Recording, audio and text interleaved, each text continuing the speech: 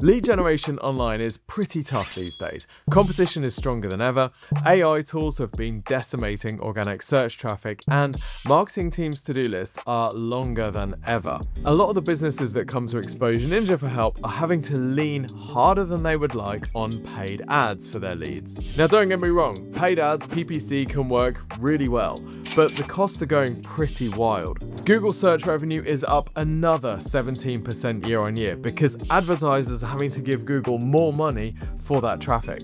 Now, the businesses that aren't in the PPC vice are the ones that have built their own organic visibility on search and, of course, in AI platforms. That means they own that visibility. They're not having to rent visibility from Google per click. Now, if all of this sounds a little too familiar, I'm going to show you a proven Exposure Ninja playbook that you can use to shift some of that reliance from PPC into organic search and AI visibility. And I'm going to show you a real client that we did this with. They went from being incredibly reliant on PPC for their leads to having a website that was visible for over 180 keywords in the top 5 positions, driving traffic from AI search, and increasing their organic leads 7.4x. And if you're worried that this won't work for you because you're in an incredibly competitive market, so is this business. We're going to break this down into 3 steps, and each one builds on the last. Okay, step 1, your website. And in this case, we rebuilt it around conversion. Now, of course, we're going to talk about how your website impacts organic traffic and your visibility in AI search later. But the first thing we need to do is to make sure that your website is converting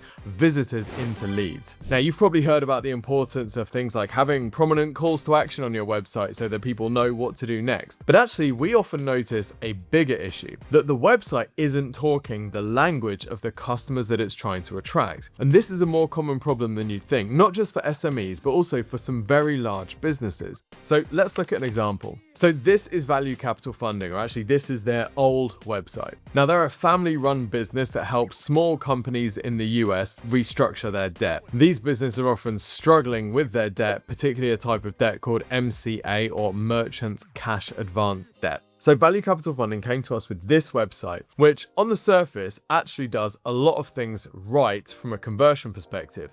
We've got the things that they offer here, we've got a CTA here, we've got a trust signal here, we've got another CTA here, which is free, so low commitment. We've got a form that people can fill in and they can click submit. Further down here, we've got a bit of information about the business. We've got lots of people, we've got benefits, we've got the different services that they offer. We've got more trust signals, we've got a video, we got more trust signals, and we got another CTA. So what's wrong with this and why did we need to rebuild it? Well, the first thing that we did with VCF is something called the Brand and Positioning Accelerator. During this process, we do customer research with our clients' real customers to understand what their pain points are. And we noticed a disconnect. Many of the prospects that Value Capital Funding was targeting weren't searching for a solution. They weren't necessarily targeting FDIC bank financing or MCA debt restructuring. Actually, they were searching for the symptoms of financial stress. They were looking for information about missed payments. They had cash flow problems. They had fears of their business collapsing. They were getting legal threats. So whilst most of Value Capital Funding's competitors were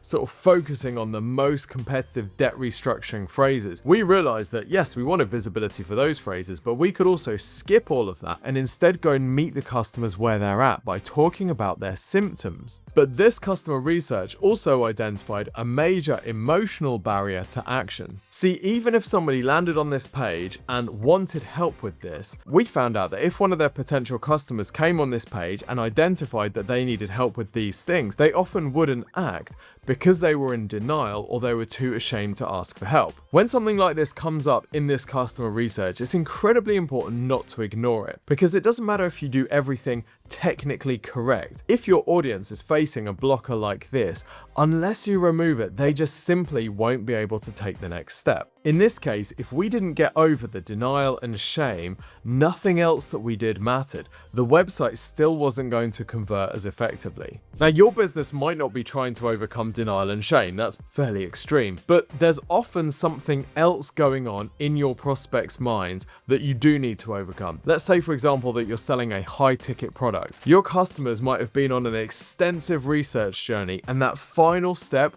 where they pull the trigger might feel really worrying to them. They could be afraid of taking the plunge and making that investment. And all of the time they've spent in research makes this worse because they definitely don't want to get it wrong now. Or let's say that you're selling B2B. Now, your target customer in the organization might have their mind completely made up. They want to go with you, but they might be scared of how they're going to look in front of management if they make the wrong choice. Or they might be worried about what onboarding with your company will look like to other people in the organization. So the job of your marketing is to identify what these blockers are, and then the job of your website is to answer them before you ask the customer to move forward. That way, the website visitors will feel ready to become leads. Okay, so what do we do with this information? In Value Capital Funding's case, this was a benefit bar with some of the benefits communicated, designed to remove objections. We also talk a lot more emotionally. So this is debt relief for businesses, yes, but we're actually offering genuine peace of mind. That's the thing that the prospect actually wants. We're talking about the services that they offer, MCA debt restructuring, but we're really talking about what it does.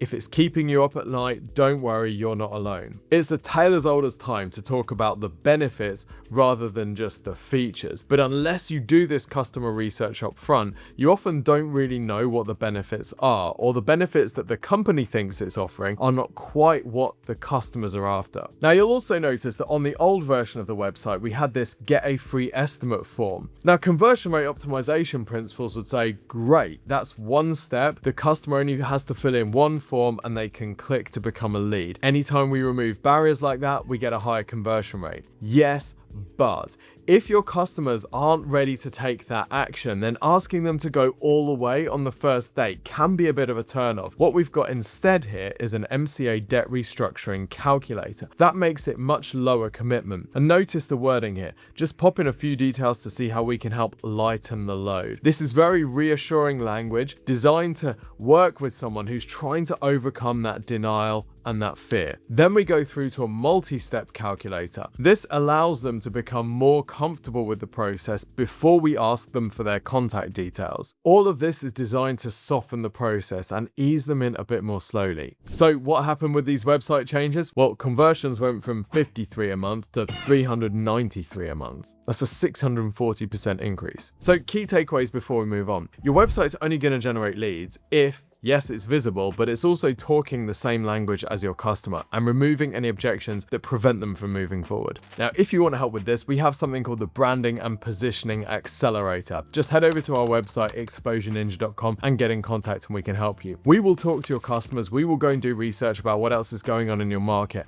and we'll help you find a position in your space where you're talking your customer's language. We'll identify those blockers that are preventing them from taking action, and we'll make sure that all of this is embedded in all of your digital marketing, which makes everything that you do from there much more effective. Okay, so you've got your website and it's talking your customer's language and converting well. Next step is to optimize it for search. Yes, we want visibility on Google, even though ChatGPT exists. Why? Well, because Google is still processing 16 billion searches per day. Good SEO is definitely not optional. Now, the first thing that we do whenever we're optimizing for SEO or AI search is a technical SEO audit. Good technical SEO is table stakes in 2026. Things like crawlability, indexation, and fixing site performance issues absolutely have to be done, otherwise you're leaking traffic. For Value Capital Funding, there was a lot of stuff in this area. Fixing page titles, meta descriptions across their core pages and top performing blogs. And of course, using the language that we know their customers speak after that branding and positioning work, and implementing structured data, incredibly important for both regular search and AI search. Now, another increasingly important component of any good quality SEO work is actually local SEO, even if you're not a local business. So check this out. Let's say you're talking to ChatGPT about restructuring the debt for your business. You have a long conversation, and because Value Capital Funding has done lots of AI search optimization with their friends over at Exposure Ninja, ChatGPT says you need to check out Value Capital Funding. What do? Well, you either go and type in Value Capital Funding in your browser, or you head over to Google and search Value Capital Funding. Then what do?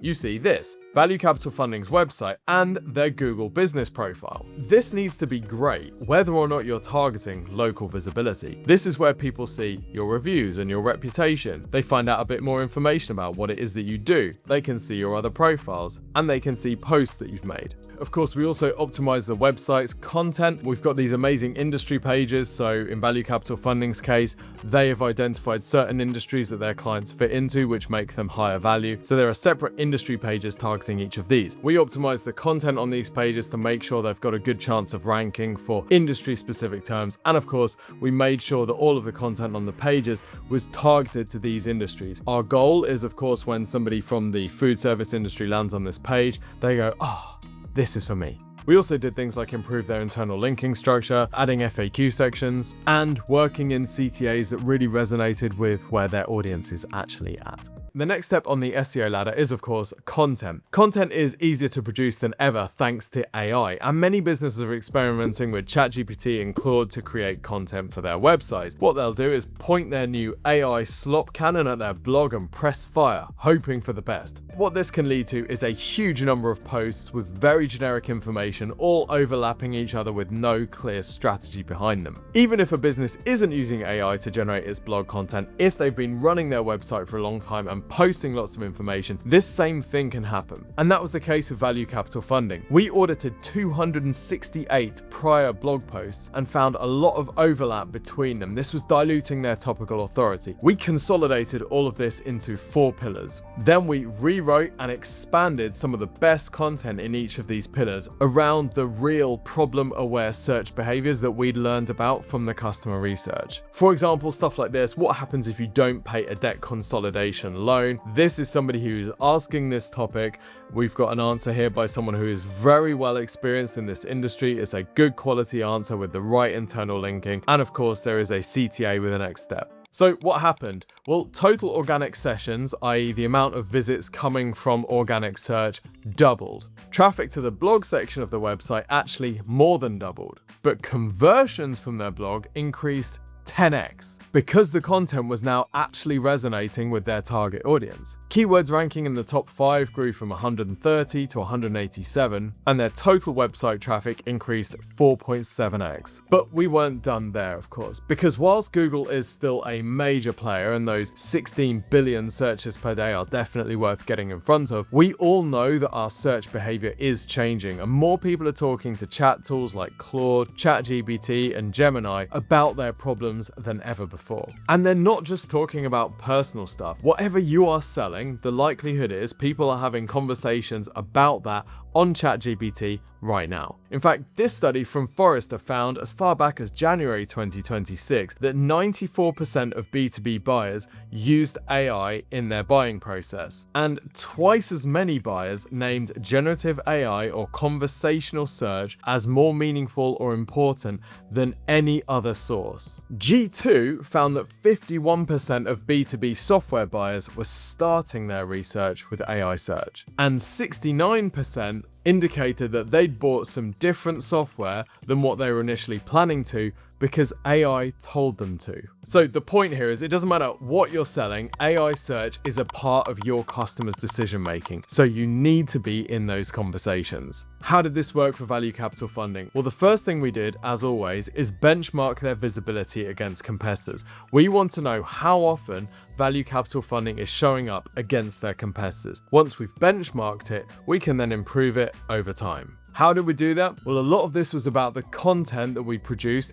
being targeted for AI discovery. Often these AI tools are running really long tail searches to find the right information to share with their users. So this is often about having the right content targeting those phrases. It's also about building the right type of content on the pages. For example, we know that AI search tools love FAQs, so we're going to give FAQs on as many relevant pages as possible. And of course, it's about getting your business mentioned on the types of websites that these AI tools are citing. And what happened here is what's happening to many of our clients and our own businesses. AI search has gone from just being something that would be a nice idea to being actually one of their main sources of leads. ChatGPT sessions went up 231%, so that's the number of people coming from ChatGPT by clicking a link, and conversions from that traffic source went up 1600%. Perplexity sessions grew by 33%, and Perplexity became a source of leads for the very first time. But here's the challenge. Even when people are coming from AI, you can't always see that in the analytics data. Prospects began telling the Value Capital Funding sales team that they were finding them on ChatGPT. And sometimes they see things like, I was looking for the best company in the US to offer your service, and ChatGPT recommended you top. But you wouldn't always see that in the data, because unless somebody clicks on a link from ChatGPT, you're not going to see where that traffic came from. And we talked about the impact on branded search earlier. But here's some interesting data from Ahrefs showing the relative amount of different traffic sources over time. So way back in June 2025, direct traffic and search traffic were about even, with 37% of all internet traffic each. Fast forward to June 2026, direct traffic has gone up to 41%, while search traffic has come down to 28%. That is a big shift. What's going on? Well, more search traffic is staying on the search engine rather than going off to websites, but more people are learning about brands in tools like ChatGPT and then typing the URL directly into their browser. In your analytics platform, this won't show up as an AI search visitor. This will just show up as a direct visitor. This is frustrating for marketers, but it's just the new reality. And by the way, if you want to help with your brand's visibility in AI search, the team at Exposure Ninja can run an AI search audit for you. This is a massive piece of work that some of our most experienced people do, where we'll analyze your visibility, your competitors' visibility, and we'll map you out a roadmap over the next 12 months to significantly improve not only your visibility in AI search, but also the number of times that ChatGPT is recommending your brand to users, and even shaping what those recommendations say. If you're interested in this, you can head over to the website at exposureninja.com and contact us for more details. So there you have it. Value Capital Funding came heavily reliant on PPC. Over the course of a year, we've moved them to getting most of their leads from AI search and traditional search. But they didn't do this by pressing one button. This took a system, a website that was built to convert, solid SEO foundations, the right content targeting their users' actual objections and problems, and